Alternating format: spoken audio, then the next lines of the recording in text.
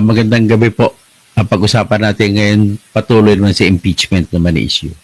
Ang pag-usapan natin mapupokus po tayo sa report sa sinulat ni isang pinagpipitagan respetadong columnist ng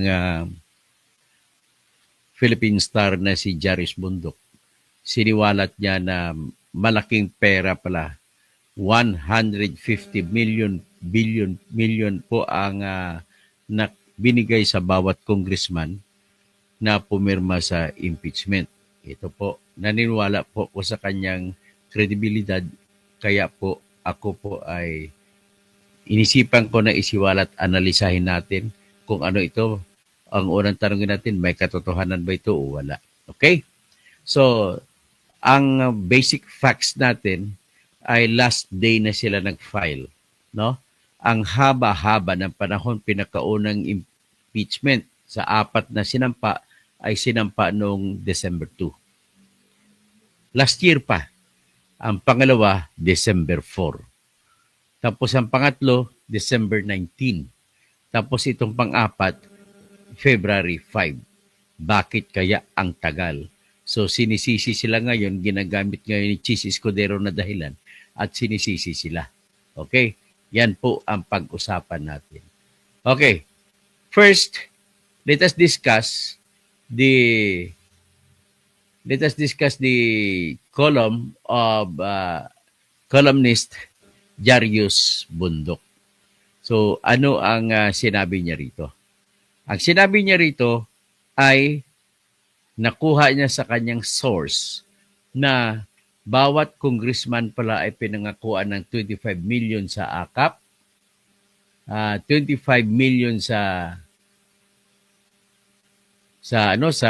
tawag nito, sa AX, You feel it. at 25 million at 100 million para sa mga kada proyekto sa DPWH. So 150 million lahat. Totoo ba ito? Yan ang unang tanong natin. After all, I myself at marami ang gusto na magkaroon ng impeachment. Yung iba gusto magkaroon ng impeachment hindi lamang sa dapat maparusahan kung sino may kasalanan, kundi para tingnan natin kung talaga bang totoo ang akusasyon laban sa inaakusa. At nakakalinis din po ng ating politika ito kung matapos na yan. Either manalo si Sara or matalo si Sara, at least naku-close na yung issue. Okay? Ang importante sa mga botante ay dapat mawala na yung issue at maging malinis na rin ang isipan ng mga tao, walang gulo sa pagboboto ngayong May 12, 2022. Pero problema, ito nga yung problema, malamang at halos sigurado na hindi matutuloy pong impeachment na mas maaga pa kaysa June 2. Ito naman po dahil po sa nagsalita na yung Senado at nag-adjourn na sila na June 2 ang kanilang sunod na pagkikita. So yan ang pag-usapan natin. Anyway, nais ko muna ipapakita yung column ni Jaris Bundok at basahin natin sabay-sabay. Si Jaris Bundok po ay nirespeto ng halos lahat at ang kanyang reputasyon po ay mga totoo po ang kanyang mga sinusulat na mga sinisiwalat. So ito po ngayon, basahin natin . Ang title po ng kanyang sinulat kahapon ay Pork Barrels Needed to Convict VP Sara. So ibig sabihin, para pala makasuhan ang mga may kasalanan sa mundo, sa Pilipinas, ay hindi po sapat yung paghihingi ng Pilipino, pagsigaw ng Pilipino ng hustisya.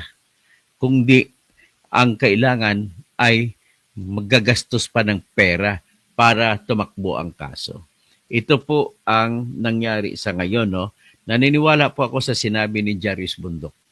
So ngayon, ibig sabihin lang po dito ay habang napakarami din sa atin ang gusto magkaroon ng impeachment trial at habang napakarami din sa atin ang naniniwala na guilty si Sara, habang napakarami sa atin ang gusto na matunghayan kung ano ba talaga ang totoong kwento sa likod ng mga pundo na yan na confidential fund At saka iba pang issue na binabato kay Sara, pati yung sinasabi na nagpaplano siyang ipapatay si BBM, nagpaplanong ipapatay ang asawa ni BBM, nagpaplano na ipapatay si Speaker Martin Romualdez, at sinaba rin sa kaso yung hindi pagdalo sa SUNA, at sinaba rin sa kaso yung pagsasabi na siya ay designated survivor.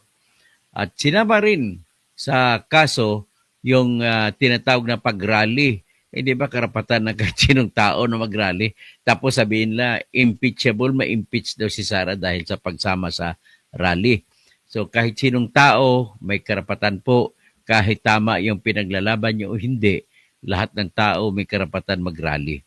So isinama rin dyan yung confidential fund na pinag-usapan na kung saan binusisi ng Committee on Good Government at naipakita nila at natunghayan natin na yung mga resibo na lumabas na binigay mula sa opisina ni Sara Duterte sa Office of the Vice President para sa 125 million pesos na confidential fund ay ang mga tumanggap ay mga fictitious o mga fake na tao.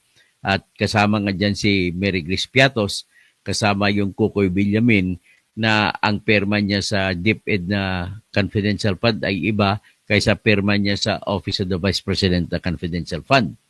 At kasama din na mahigit 1,000 na pangalan ng tao na wala sa listahan ng Philippine Statistics Authority. So titingnan natin, ang sentro ng tutok natin, ang diskusyon ay yung sinabi ni Jarius Bundok na kolumnista ng Philippine Star na 150 million ang binigay sa bawat congressman na pumirma. So ngayon, ang tanong, totoo ba ito? Pero bago natin tutukan yung detalye, ang tanong muna na totoo ba ito? So iyan ang diskusyon na natin. Ngayon, ano ang ating babasyan? Pwede sabihin natin totoo yan. Number one, maring totoo yan sa ganitong sitwasyon. Una, kung totoo yan, ay dapat noong araw pa yan sinampa at noong araw pa hinay-hinay na perma. Hindi yung isang permahan, 3 oras lang na permahan ay nagperma na kagad 215. So sa ganong sitwasyon, makikita mo yung bakit pumirma sabay-sabay ang buhos. Pangalawa, ang pagpirma nila ay hindi handa. Bakit hindi handa? Sulat kamay lamang na parang sulat kung titignan ko, nagbiro pa nga ako, pag pangit ang sulat, kawatan. Pag medyo maganda ang sulat, ay ibig sabihin, magaling siya magnakaw. O kapag hindi mabasa ang sulat, ibig sabihin, tinatago niya mga ninakaw niya. Ganon ang mga joke kung noon. At umabot sila sa 215 congressman. So ngayon, the fact na 215 na congressman ang pumirma para sa isang 3 oras lamang para sa reklamo na yan ay ibig sabihin yan ay merong nagkumpas. Kung merong nagkumpas at bakit napasunod mo sa lahat kung meron mga tao sa gobyerno na pinakamahirap kumbinsihin at pinakamahirap lapitan, sabihin madaling lapitan pero mahirap naman hanapin, yun po yung mga congressman natin. So, ngayon, ito kung bakit ang dali lang sa kanila pumirma at sabay-sabay sa isang lugar pumirma. Sa isang lugar. Kasi kung totoo yan na inanalisa nila, ibig sabihin hindi nila pinag-aralan ang kanilang pinirmahan.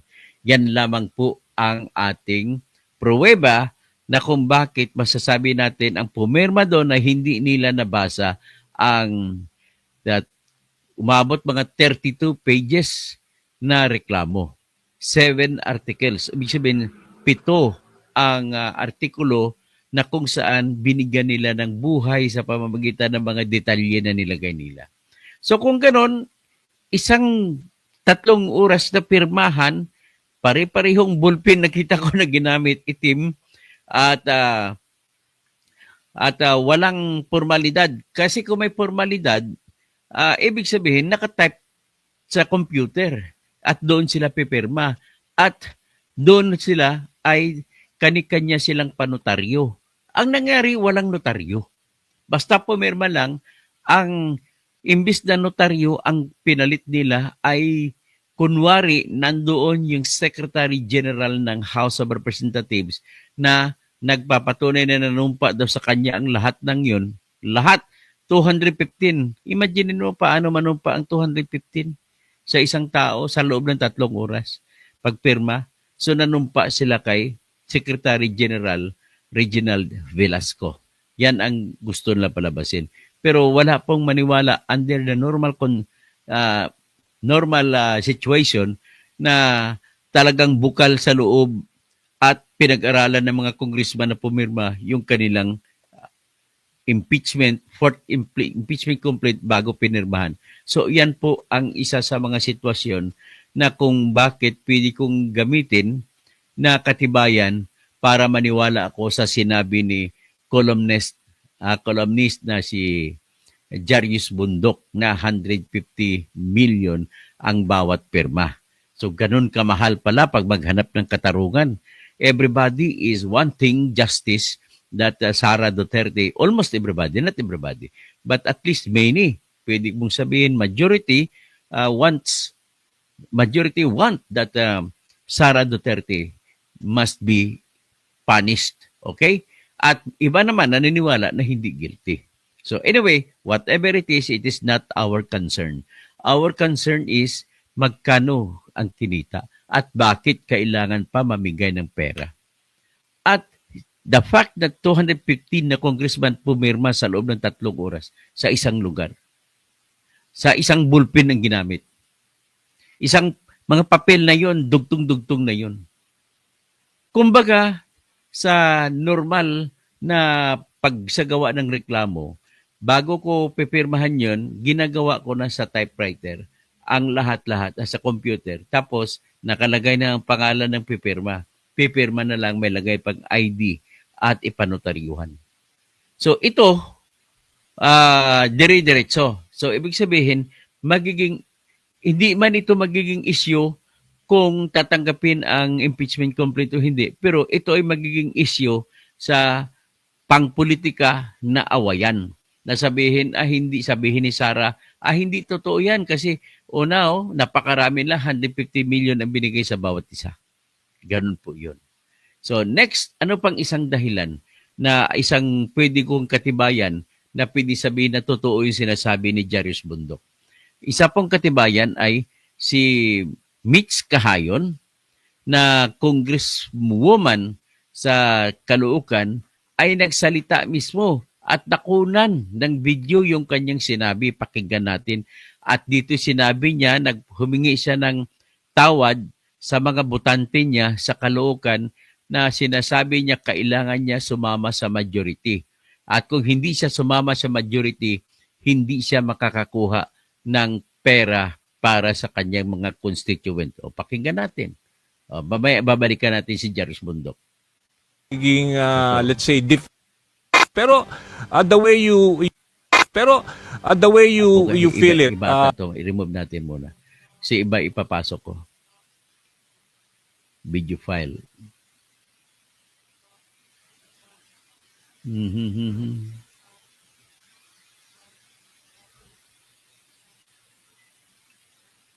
Vote ba tayo? Ayan. Kasi hindi naman ako Papasok ko. magdidesisyon ng sarili ko lang. Kung pa-vote ba tayo, kasi hindi naman ako magdidesisyon ng sarili ko lang. Tama Yan si ba? Mitch Kahayon. Hindi naman ako Mitch kinutawan ng Distrito 2 para hindi ko tanongin kung ano yung kinakatawan Ang ko. sinasabi niya Tama kung po ba ganun ako pa doon? rin. Kaya tinanong ko, Pinakalutan. alam niyo po ba sa totoo lang, mas marami sa kanila ang pabor sa impeachment. Ayan, kasi po ganito. Alam naman natin, hindi ako magpapaka-ipokrito sa inyo. Hindi na ako na kapag tayo ay hindi kasama sa majority, karamihan na nangyayari, karaniwan na nangyayari, nawawalan ng pondo. Tama po ba ko doon? Baka mamaya, pag bumoto ko ng impeachment, impeachment, hindi na natin ito maituloy. Di ba? Kasi yung podong inilaan dito, baka makuha na. Di ba? Nakukuha po ninyo. Nakukuha po ninyo. So ano po ba? Kung kayo po ang nasa kalagayan ko, kasi nga, desisyonan ko to, o hindi ko to desisyonan, may masasabi at masasabi ng kalaban. Tama po ba ako? So ano mas iisipin ko? Ako na lang ang sasalo lahat ng mga pambalanan. Di ba? Pero ang importante, nasa link ko yun para hindi kayo mawalan. Pero the way you feel it, ano ho ba tingin nyo? So anyway, ang klaro dyan, inamin niya na kailangan niyang pumirma sa impeachment complaint para sa mga mamamay, sa kanyang constituent. O ito naman, basahin naman natin ngayon yung kay Jerry's Bundok. Ang sinabi naman ni Jerry's Bundok dito ay, basahin natin, up to last week, President Bongbong Marcos kept claiming he was against with VP Sara Duterte's impeachment. This week, o ngayong week, his son Sandro Marcos was the first of 215 congressmen to sign for impeachment. Last week, BBM's Justice Secretary junked 98 counts of reckless imprudence resulting to youngsters' homicides against Opposition Representative Janet Garin. This week, Garin led the impeachment signing. So Janet Garin ang nagkampanya, nagsolicit ng mga perma at tinapitan bawat congressman at para pumirma sa sa impeachment. So in December, Congress Bicameral Committee defunded, tinanggalan nila ng pundo ang PhilHealth. Yun pala ang para ilagay ang AKAP. So kung para ilagay ang AKAP at saka yung AX at ilagay ang palakihan ng pundo, kaya pala dinagdagan ng pundo na 288 billion ang pundo ng DPWH. Ito pala ang impeachment ang tinatarget. So ibig sabihin, nasa kaisipan ko, ito pang pandagdag na ebidensya kung bakit sabihin natin ay talagang namigay ng pera para pumirma. So, kung para pumirma, ang ibig sabihin lamang po niyan ay saan kumuha? Kumuha sa AKAP, kumuha sa AX na 25 million, kumuha po sa construction, mga project na tag 100 million. So, ikonekta mo yun sa katotohanan na tinanggal nila ang 74.4 billion na budget ng ng PhilHealth. Doon nila kukunin ang AKAP at saka yung MAIP. At saka doon nila kukunin din ang 288 billion na project para sa DPWH na ipamimigay nila sa kapwa congressmen. So ngayon, siniro din nila ang CHED scholars. So wala na pong stupap na sa ilalim po ng Magna Carta for the Poor na yung mga anak na mahirap na nag-aaral sa mga pribadong universidad kasi hindi naman lahat ng mga Pilipino ay makapasa sa mga state universities and colleges gaya ng UP at MSU. So para makapag-aral lahat, yung mga mag-aaral sa pribado ay siyempre tinitingnan po ng Magna Carta for the Poor na batas na hindi po pantay-pantay ang pag-aaral ng mga bata. Yung iba anak mahirap, kumakalam ang sikmura pag pumapasok sa school, so walang mapag-aralan.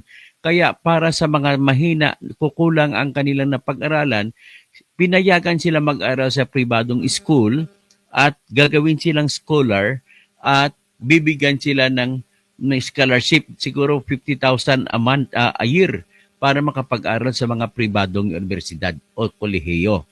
Ngayon, hindi na po niyan maibibigay. Magtitigil muna mga anak na mahirap na nag-aral sa mga pribadong universidad na naging scholar sa STUPAP. Yung scholarship ng STUPAP ay kukunin po yan sa CHED, sa Commission on Higher Education. At yan din po yung tinatawag ng UNIFAST, kukunin din dyan sa CHED. So ngayon, dahil tinanggal ng 3 billion na scholarship sa CHED at 30 billion na scholarship sa STUPAP, ay hindi na makapag-aral ang inyong mga anak, ladies and gentlemen, na umaasa sa scholarship na binibigay ng CHED. Ito pong scholarship na ito ay para to sa mga estudyante na nag-aaral po sa mga pribadong school.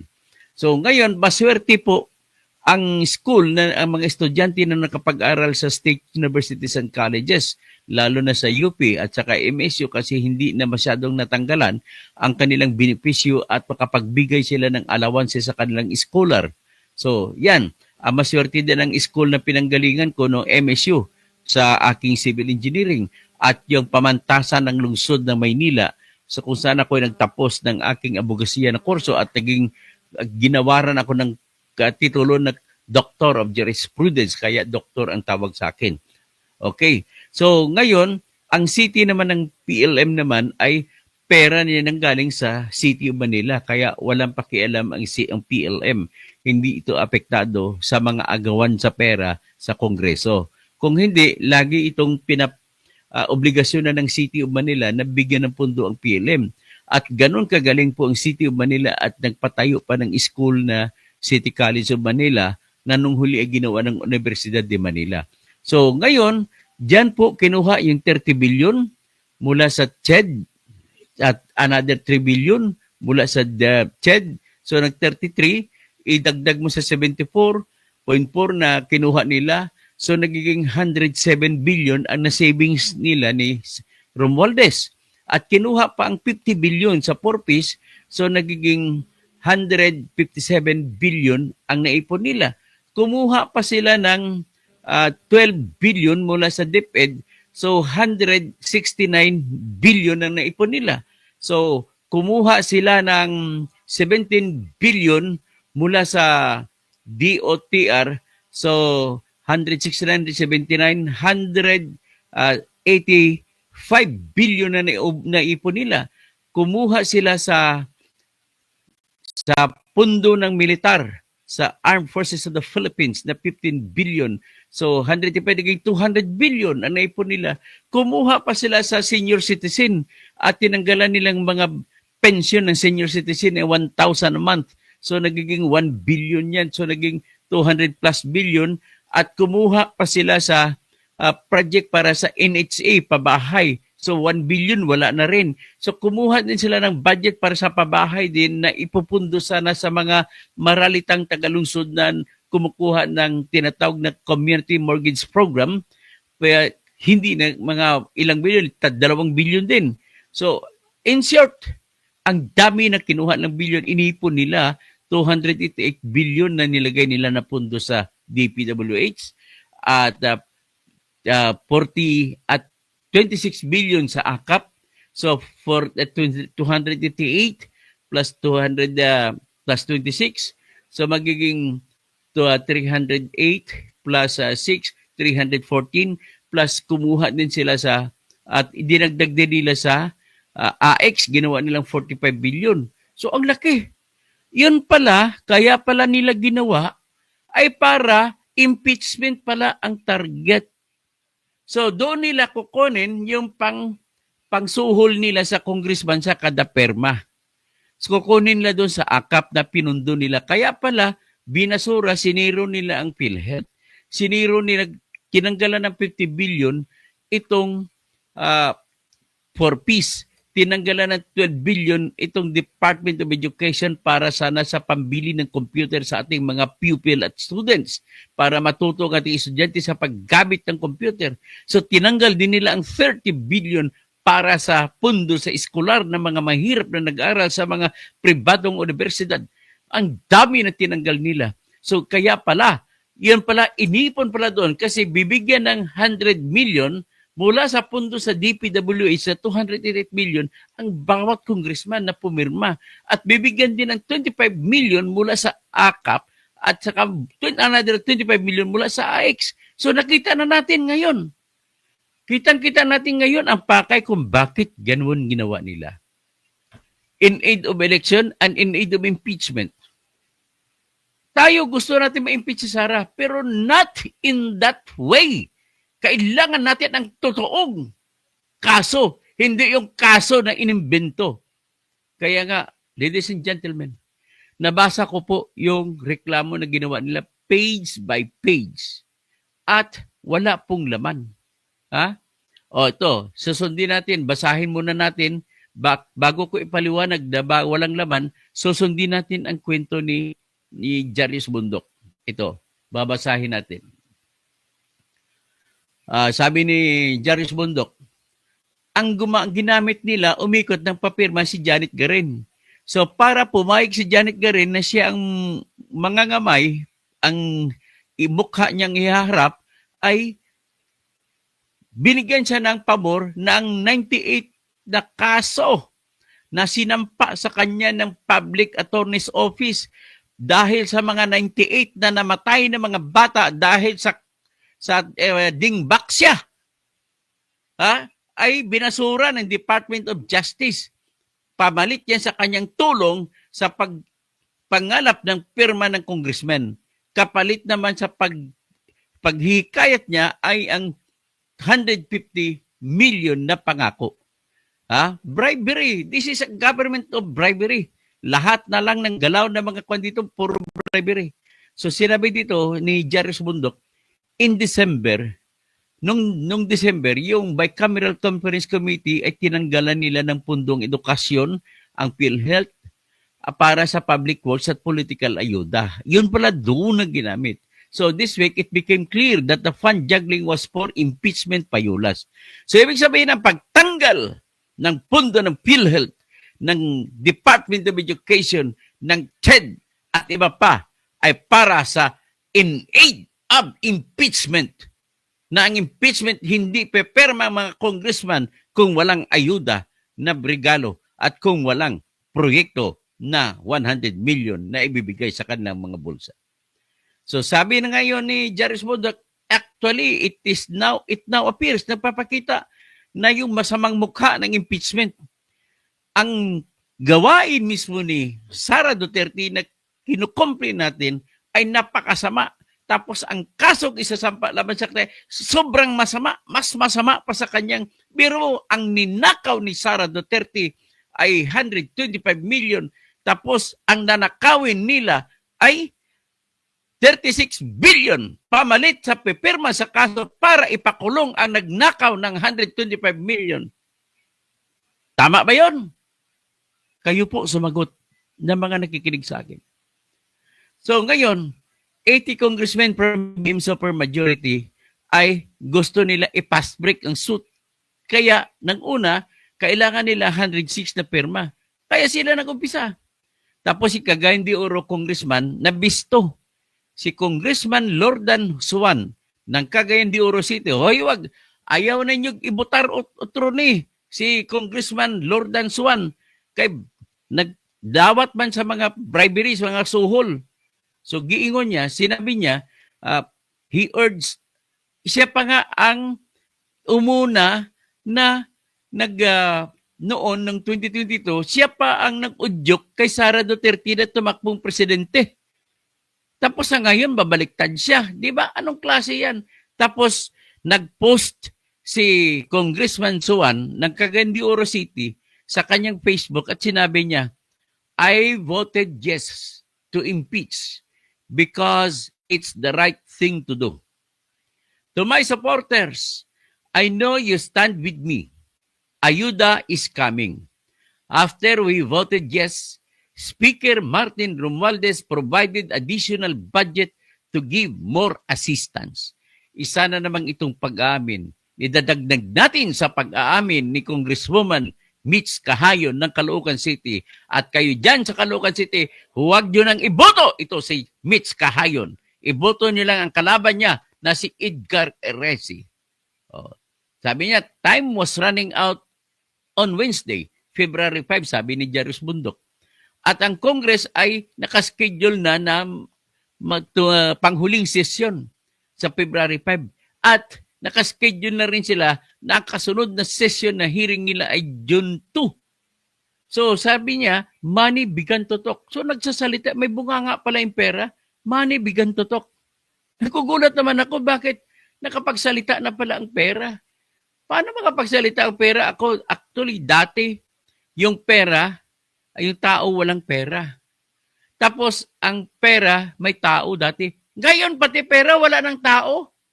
Ay, naku, tinanggal na. So, ito ngayon, patuloy tayo sa pagbabasa. Tapos, murmurs, nagkaroon ng chismisan at naging matunog ang mga chismis na magkaroon ng pork barrel na pag-release, pagpalabas ng pork barrel. So is this a violation of the election code? Oy, Erwin Garcia, huwag ka patulog-tulog dyan. Trabaho mo ito. Dapat ikasuhan ng lahat ng congressman na tumanggap ng 25 million AKAP, 25 million na saka 100 million na pondo sa flood and roadworks problem ng proyekto sa DPWH. So, 150 million kada isa this election year. Nung nag-adjourn o nagtumigil ng session ang House of Representatives noong February 5 ay umakyat sa 153 ang pirma hanggat sa umabot sa 215. So 215 times 150 million, that is 32.25 billion. Pero panibagong ebidensya na totoo ang sinasabi ni Jarius Bundok ay may humabol pa na dagdag na 25. At kung may dagdag na 25 na congressman, totoo ibig sabihin, bakit sapat na yung pirma? Bakit maghahabol pa kayo? Hindi na kailangan ng pirma nyo kasi pwede nang ipasa ang impeachment. So kung bakit kayo humabol, isa lang po ang dahilan. Natotoo po yung sinasabi, nire-report ni Jarius Bundok na tig 150 million kasi kung hindi ka pipirma, wala kang 150 million. Yan po ang nangyari.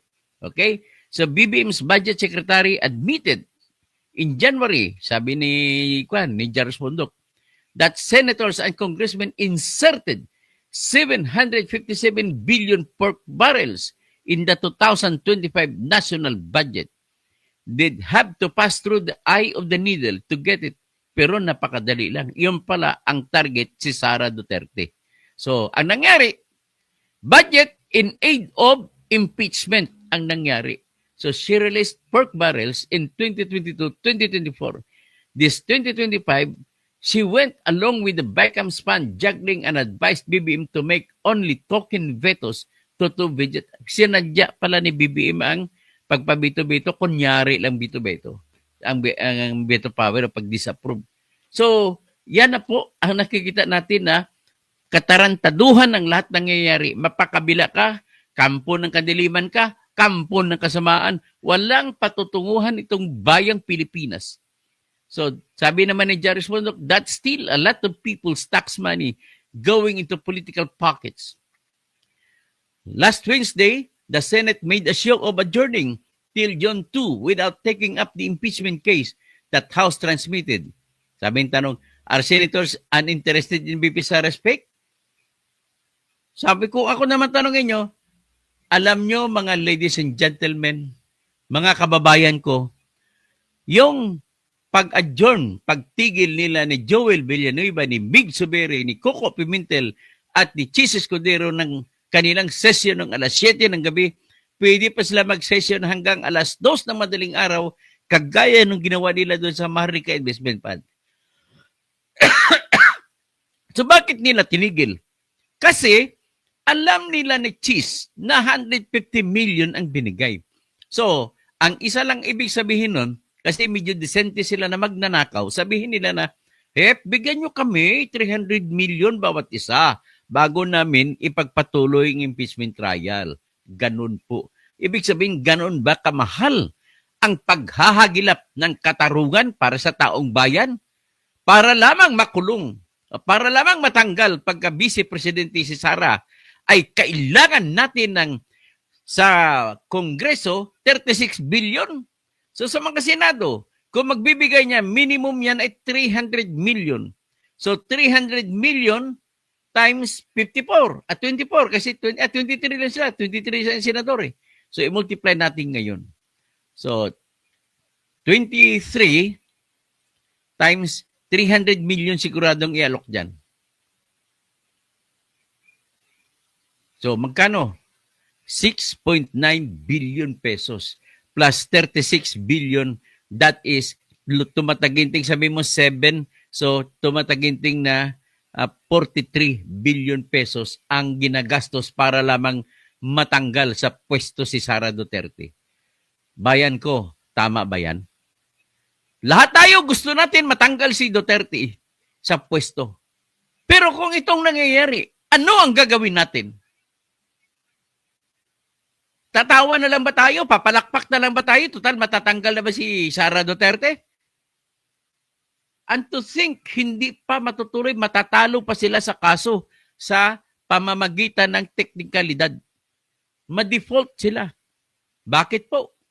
Ito, paliwanag ko. Kumbaga, lahat ng default ng gastosing ito nang galing sa pera na binayad natin sa kaban ng bayan mula sa mga buwis na binayad natin at ikaw kahit wala kang binayad ni income tax o capital gains tax o whatever taxes, ay nagbabayad ka rin sa sales taxes pag bumili ka ng candy. Pag bumili ka ng gasolina, nagbabayad ka ng buwis sa ating bayan. At sa pagbabayad mong yan, sapat ba para gastusin, gamitin, para lamang let's say, depenso ni... makapagkuha ng katarungan? Magbabayad tayo? Binibili ba? Binibenta ba ang katarungan? Dapat ang katarungan ay naka-establish na yan. Hindi dapat binibenta ang katarungan. Ang mahal naman ng katarungan. Paparusahan natin si Sara Duterte sa pagnanakaw ng 612 million pesos. Tapos gagastos tayo ng 43 billion pesos. Tama ba yun? Anong klaseng pamahalaan meron tayo? Bayan. Gumising ka na bayan. Hindi na ako nakakatiis nito. Bumuto ng lahat ng bago pagdating ng May 12, 2025 election. Huwag niyo iboto ang lahat na kay BBM na nakalinya. Huwag niyo iboto ang lahat na kay Duterte na nakalinya. Lahat ng bago, subukan natin. Just as a matter of policy, let us try this in order to save our country. This is our last hope, I tell you. Nako. O sige, basahin kong inyong comment. Nakaka-stroke no. Kung hindi lang ko nakainom ng gamot, siguro na-stroke na ko. Ay, si Jing Alupay, ito'y masasabi ko sa iyo, Parts, bakit vlogger ang tumutulong sa mga katutubo. Jing Alupay, yan ang sabihin mo, Pogi, walang binatbat yung sinasabi mo. Sino bang sinasabi ni Jing Alupay? Anyway, whatever it is. Sabi niya siya nang sabi mo, Pogi, walang binatbat yung sinasabi mo. Anyway, wala tayong magawa. If you're not convinced, the best I could do is to tell my piece. And after saying my piece, it's up to you to whether you're convinced or not. That's all. Si Imor Nabal, good evening po, Engineer Toto Kausing, dyan sa La Union. Tingnan mo yung mga vlog, Pogi, sir. Ano ibig sabihin yun? Hindi ko maintindihan po. Pasensya ka na, Jong Alupay, ha? Manood ka na lang. At kung okay naman, free naman kayo na mag-comment laban sa akin. There's no problem with that because I do believe in the principle espoused long time ago by Voltaire, who said, I may not like what you say, but I'll defend to death your right to say it against me. O sige, si Nelson Mercado Reyes, balitang balita. Tatakbo ka sa 2028.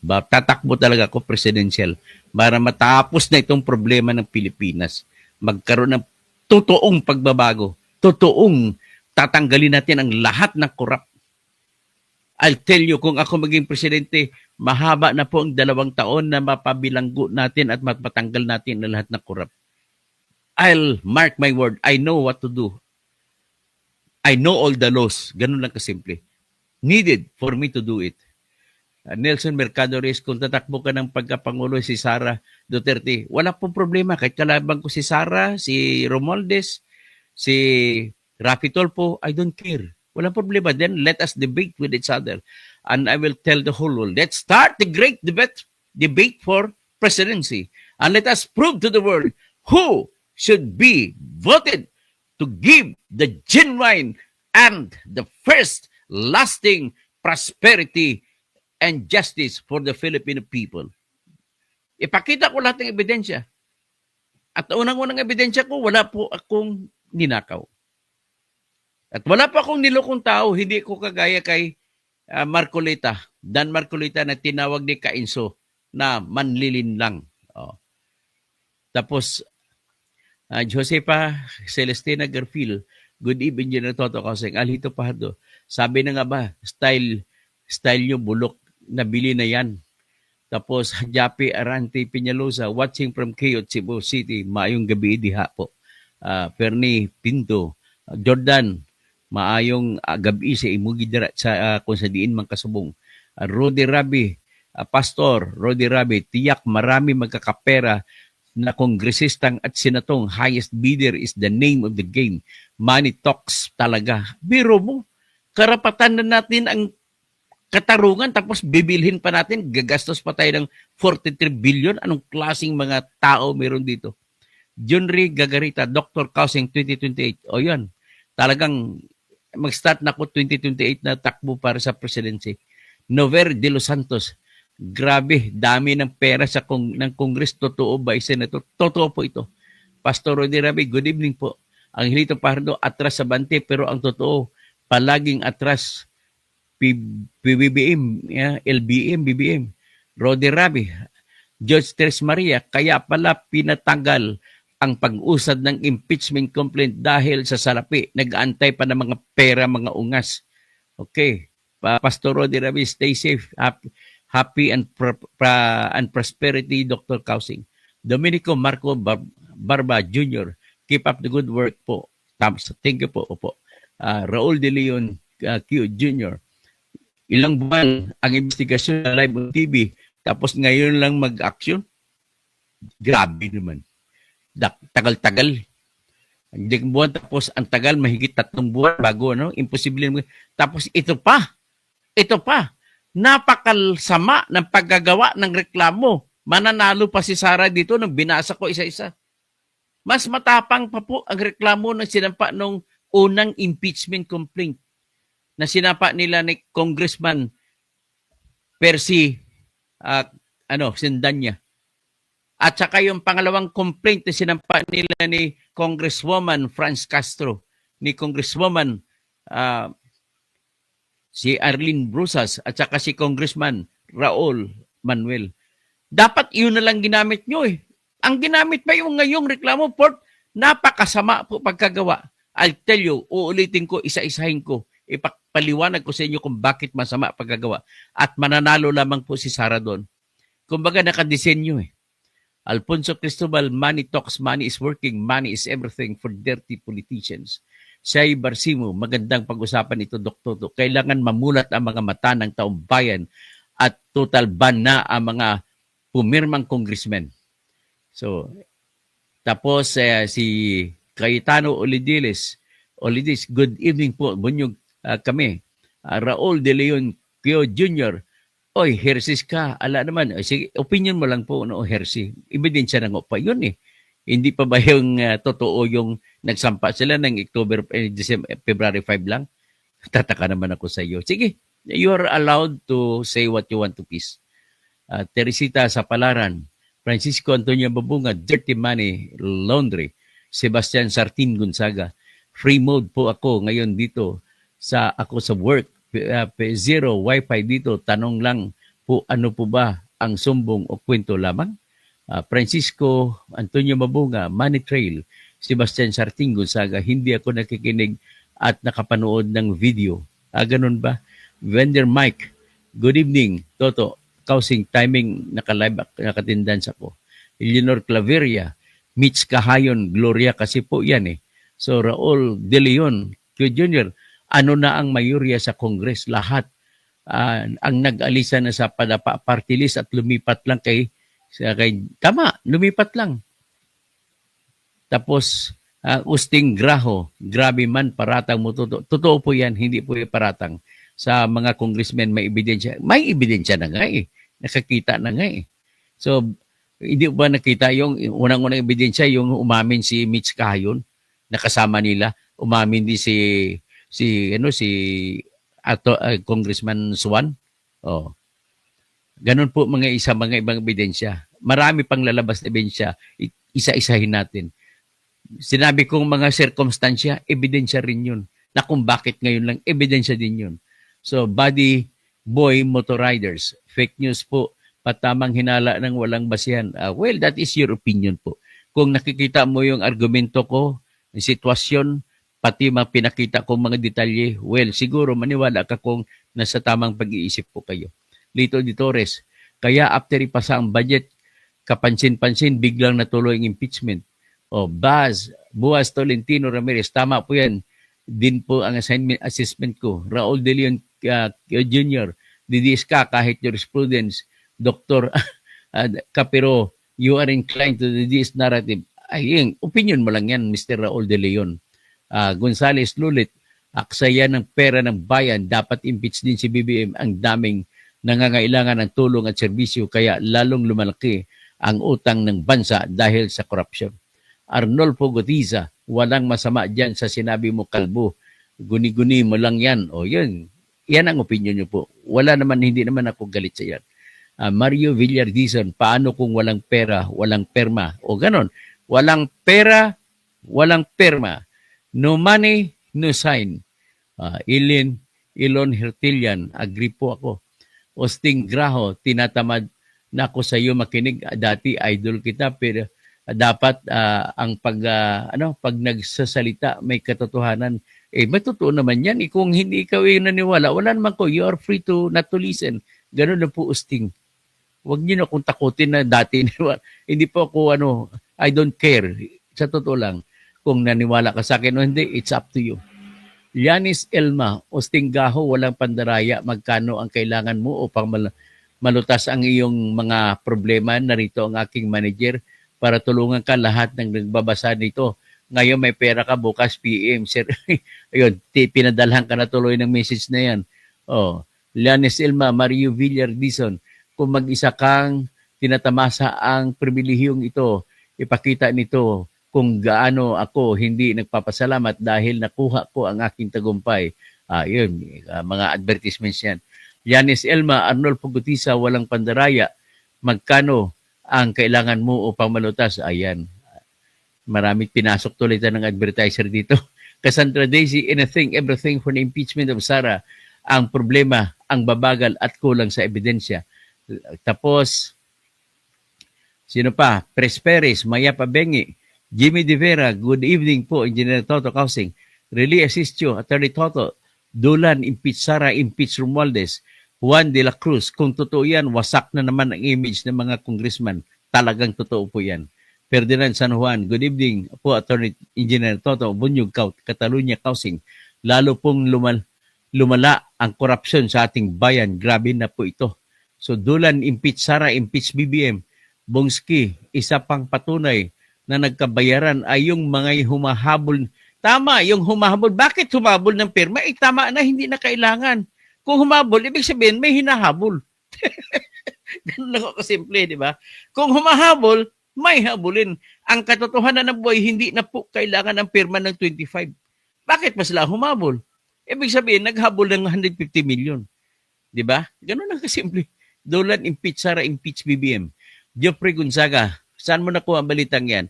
Inanalyze natin yung lahat yan, Geoffrey Gonzaga. Okay? Na Raul, at ang kabalita niyan, mismo yung pinagpipitagang respected, most respected na opinion writer at journalist, si Jerus Bundok ang nagsasabi. Doland, tapos impeach Unitives. Cassandra Daisy, challenge sa Congress, ilabas na mga offshore accounts ng mga Duterte, offshore accounts naman nila ni Erwin Garcia, offshore accounts ng mga Romualdez, offshore accounts ng mga BBM. Lahat kayo may offshore accounts, ina problema natin. Lito de Torres, Jairus Bundok, credible yan. Dolan, impeach. John Cabinbin, good evening, Dr. Toto, kasi mabuhay ang laban para sa bayan. Tapos dyan tayo para kay sa San Jose, Batangas, kay Rav, Jolly Santos, good evening, Attorney Toto. Regine Ford, magandang gabi, Attorney Toto. Antonio Soriano, sana may pruweba ka. Meron po tayong analysis ngayon, di ba? Presperis, maliwanag pa sa sikat ng araw ang ginagawa nilang pagnanakaw. Pero bakit nananahimik ang mga nakaupo? Pera-pera na lang. Ang problema po sa atin sa ngayon, sa sistema sa bayan natin, kung sino nakaupo, sila samantala ang kalaban ay dinudurog.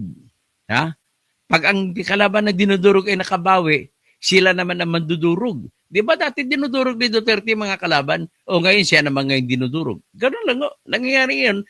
Ang Pilipino na naghanap ng tagumpay para sa bayan ay hindi na naserbisyuhan. Yan po nangyari sa atin. So, si Iwatani Japan, kunbanwa sa mga Pilipino dyan sa Japan, malanig ba sobra sa Japan? Si Christopher Talabocon, pagkatapos ng convictions impeachment trial, si Sara Duterte, next BBM isunod. Ang problema lang po ganito, masasayang lang lahat ng gastos nila. Bakit? Kung ako si Sara, pag malapit na ako makonvict at nakikita ko malakas ebidensya, magre-resign lang ako, hindi na matuloy impeachment. At kung hindi matuloy impeachment, pwede pa ako makatakbo uli na pagka-presidente sa 2028. Ganun po yun ang nangyari. So, hindi ba kinukonsidera ng mga nasampa ng reklamo? Dapat kinukonsidera din nila kung ang mga senador na maghuwis ay para ba sa kanila o hindi. Hindi nila kinukonsidera yan. At kinukonsidera rin ba nila na oras na mapakita nilang matinding ebidensya na magre-resign ng si Sara, mauwi sa wala ang lahat ng mga ginastos at mga efforts? Ganun po, hindi nila po inisip yun eh. So, Rudo Saruna, tuwing galaw ng pamamahalaan, may daya, sabi ko, kunwari talaga si Bungag, tahimik, nga pero mapanganib, tuso, manhid, nistado, tintoy, plain skin. Ang gulo-gulo lahat na nakaupo at iyo po, same corrupt. George Tres Maria, kaya siguro ayaw na galawin ng Senado ang impeachment complaint. Baka naghihintay talaga. Dapat bigyan sila para gumalaw din sila. Ganun lang kasimple. Para ang kwento ba, bakit kayo lang? Paano si Eddie? Sabi ni Isko, paano si Eddie? Sinong Eddie? Eddie ako. O si Pac, Celestina Cardel, ganyan din kasi pinagagawa ng mga dotard. Kaya tapos Tony Villeta, bakit kailangan pa magkalagayan kung gusto naman lahat na ma-impeach si Sara? Kung malalaman ng defense team ni Sara, baka ma-acquit si Sara. Sa totoo lang nabasa ko na po, Tony, ang lahat po ng complaint. Ibilis ako na isa-isa natin, ulitin ko. Wala pong ako nakita na posibilidad na mananalo sila laban kay Sara. Ganon lang pong opinion ko dyan. Lito de Torres, kaya nagpadating din sa pundo ng bayan, huwag makinig, maging panatiko, maging kay Marcos o Duterte dahil taxpayers money, lahat. Pera natin ang ginagamit nila, nag-away silang dalawa. Pera natin ang nakabinbin. Prisperis, paano na yan sa eleksyon? Baka lutong-luto na. Lahat na yata ng sangay ng gobyerno nagbayaran na. Melchor Peñalosa, nasa 3 pa, ito pa lang si BBM ng kanyang term. Ano kaya ang susunod na 3 taon? Okay. Viva Ma'am, si Lawrence. Hala, ano ba yan, engineer? Sam Daniel, good evening. Attorney Toto Housing. Nakakalungkot, mga politiko magnanakaw.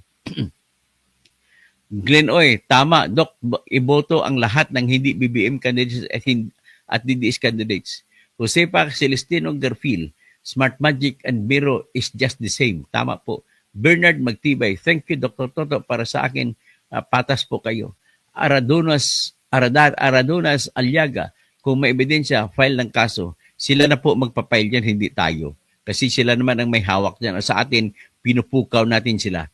Viva Mamsi Lawrence, puro negosasyon ang mga nangyayari. Puro transactional politics ang nangyayari. Lito de Torres, tama ka Katoto sa mga bago na tayo makipagsapalaran. Makipagsapalaran natin sa mga bagong kandidato, please lang. Yun na lang ang lahat. Bahala na kayo mamili kung sino mga bago. Tapos mangyayari ang mga luma, ganun pa din. Wala, kahit sino dyan, akala mo magaling. Wala, ganun pa rin, magnanakaw pa rin yan. Jason A., ang hirap naman ng problema natin, di na alam kung saan papunta. Ilion Hertilian, taos pala, ambisyon itong tao. Ano ba yung taos? Hindi ko maintindihan po. Sam Daniel, dapat may lumitaw na vigilante, magbubura ng mga magnanakaw na politiko. Odrazir, Corpus, Huyumpa, kailangan natin ang military mag-defect. Cassandra Daisy, now is the time to Congress na ilabas na ang lahat ng ebidensya. Duterte and supporters had 6 years to help Filipinos and that's enough. Iba naman. Josepa Celestino Garcel, tama, engineer, opposition tayo sa midterm election, tunay na may malasakit pa sa taong bayan. Tama po kayo. Marimar, 100% ba yung sinasabi mong nagkabayaran? 100% po yan. My experience tells me. Juanito Ertopas, where is the proof? Where is the proof? The proof is there. It's very easy. Ramil Quinto, suportahan natin si Toto. Madalang ang katulad nyo lumalaban para sa bayan. Romel Bengson, power of money. Regine Ford, salot kay Atty. Causing sa katotohanan lang ang side. Biba Mamsi Lawrence, na Imbag Arabi, Dr. Toto, Namatyak Kingka, Ete Daytay, Kunkuram Ita. Okay. So, maya pabingi sa mga kabalin. Tapos Josefa Celestino Garfield, kaya nga ginawang nuisance candidate siya kasi di nila kaya. Frank Aquino, inaantay pa nila ang mananalo sa pagkasenador para bubuto kay Sara, wag iboto Lapid, butot go, batot go, bato go, Bilyar, Tulfo, Cayetano, Binay, Babalina. Ayaw pala bato, hindi batot. Bato at go. Albert Lacuna, dapat talunin itong mga tumatanggap ng pera ng taong sa darating na eleksyon, kakasuhan after election, kay sobra na sila kasi. Arnold Lalas, good evening attorney. Arnold po kauna, the first siguro sa mauna ang mga AFP, sila mismo ang mamumuno kasi civilian wala pang lakas. Rudo Saruda, ang mero na magic pa sa luwa na mata ni Horse Disgrasya, ganon lang ba crocodile face? O yun. Sekbong Mansilla, Rodel Dava, Senator Tumutulgo, good evening po. Tisoy Manako, good evening attorney. Rodel Dava, Toto Housing Vote, Cassandra Daisy, mga Congress, mahina ang ebidensya ninyo kaya makinig kay Dr. Toto, do your homework kung nasaan ang mga kayamanan ng mga Duterte. Crispin Rivera, Maya Pabingi, Dr. Engineer Toto, Bunyog Housing, mabuhay po kayo. Tony Villeta, it's a no-win situation. Tama, no-win situation talaga. Palaka, PH, wala ka puro kahinala. Mateo Promencio, Malasiki, paano po ba sina Franz Castro pumirma? Yan nga, tatanong ko kay Franz Castro, bakit lang pumirma? Cassandra Daisy, 6 years tamimi. Tayo sa mga Duterte, this is the time. Tamimi na naman tayo sa ibang tao na naman. And imprison them, including the supporters. Weirdong Ox, isa lang naman, panawagan ko, i-dissolve ng Congress. Hillside, Cebu. Engineer, yung boss mo na attorney, ay isang spokesman na ni Mr. T. Sino ba yun? Sino si Mr. T? Odrasir, Corpus, Hayumpa, dapat mag-defect ang military. Crispin Rivera, mapabuti po kaya ang ating bansa? Ay, makang wala na. Tony Villeta, crying from San Francisco, California. Alex Olin, good evening. Salama Abdullah, impeach BBM. Divine Grace, yan ang problema. Ngayon, puro kawatan nandyan sa gobyerno. Jing Robs, grabe corruption ngayon sa Marcos administration, malala. Efren Tan Barreto, http facebook.com share kung ano itong ito, tuhod ito ang buhaya sa Senado, mga matatakaw. Siguro maganda natin. Leonardo Arota, nakakasuhan mo pa na nyo pa si Romualdez. Tama po kayo, lahat ng pumirma ay bayaran, wag na sila mag-deny. Crispin Rivera, ang ating kababayan, kung nakikinabang sa mga nakaupong politiko kahit hindi na tama ang ginagawa, saludo pa rin sila sa kanila. Alexis Lerio, no to traditional politician, trapo, political dynasty, palitan na lahat ng mga oposisyong tunay na naglilingkod sa bayan at mamamayan. Harapin na natin ang tunay na kaunlaran ng ating bayan. Iwaglit ang lahat ng masasamang intention para lamang sa kanilang kapakanan o interes. Mabuhay ka, Engineer Toto Kausing. Leonardo Aruta, oo, parang si Erap makatakbo pa rin. Josefa Celestino Garfield, kahit di daw po mag-resign. Alam niyo si Erap, natandaan ko yung sinasabi mo, Aruta, Takwan, Leonardo. Si Erap, hindi natapos ang impeachment, kaya nakatakbo pa rin. Yun. Sila Gamutan, Salve Ibanez, Convict BP, Nuanes, Bratiling, ACDC Law, Oli Corakoters, Crispin Rivera, kailangan sir, everybody happy. Kaya delay ang election, ang aksyon ng Senado. Kaya nga, everybody happy, kailangan mabigyan din ng mga senador. Jing Robes, watching from Riyadh, Marcos administration, grabe corruption. Michael Santos, asan ebidensya mo? Sure ka na ba sa hulan? Yan na pong ebidensya, tanungin mo sila. Rodi Saruna, whether na talaga, bahay politika, panahon pa ni Erap, sabi niya, whether. Julius Buna, Toto Kausing, kaya natin to 36 billion binayad sa mga pumirma versus Sara. Ang 36 billion po, 150 po kada isa sa kanila. Tapos 240 sila lahat. I-multiply lang yan. 36 billion po ang ginamit. So for me, it does not matter whether may binayad o wala because that is part of corrupted political privilege as we elected those politicians that established this practice. So you want to stop this?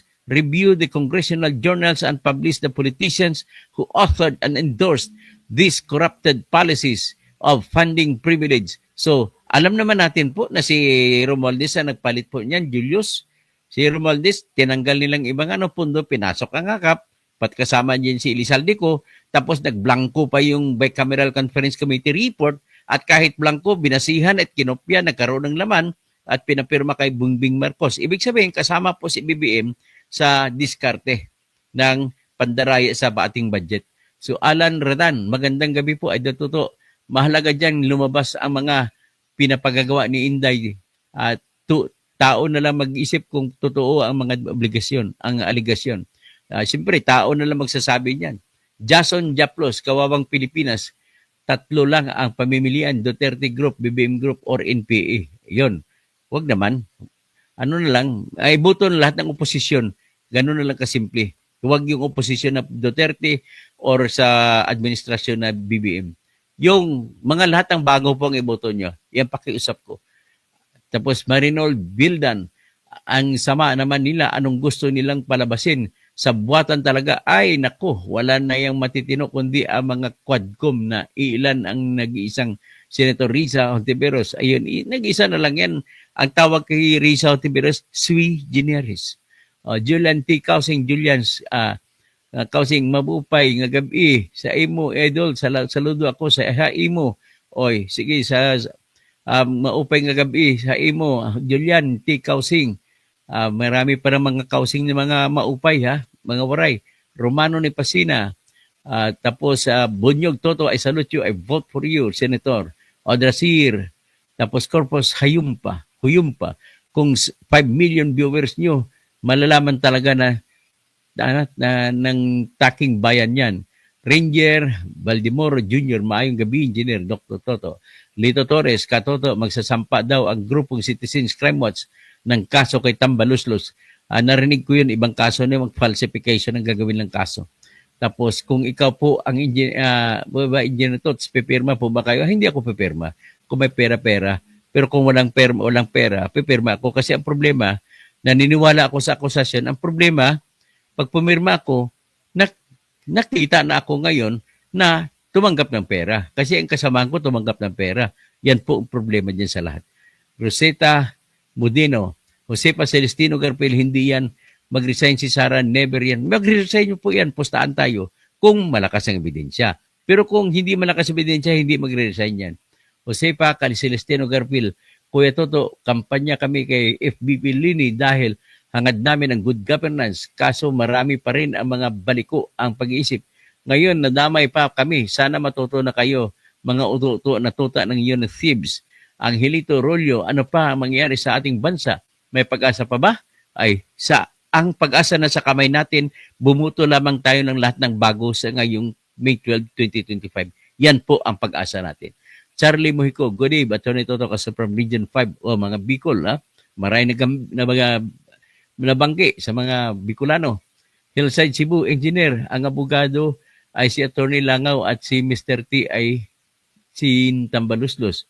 Attorney Langaw. Sino bang Attorney Langaw? At saka si Mr. T.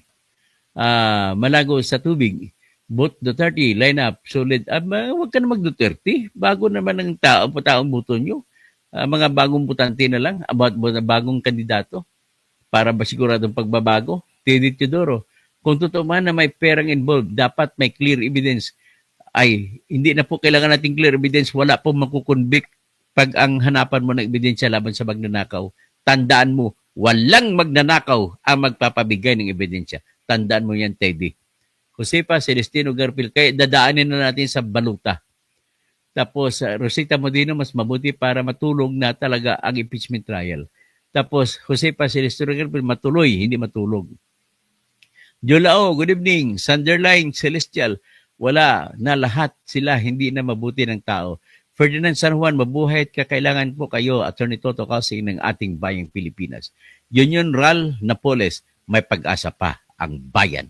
So magandang gabi po sa lahat at magandang gabi po sa inyo, Chis Escudero, Martin Romualdez, BBM, Sara Duterte.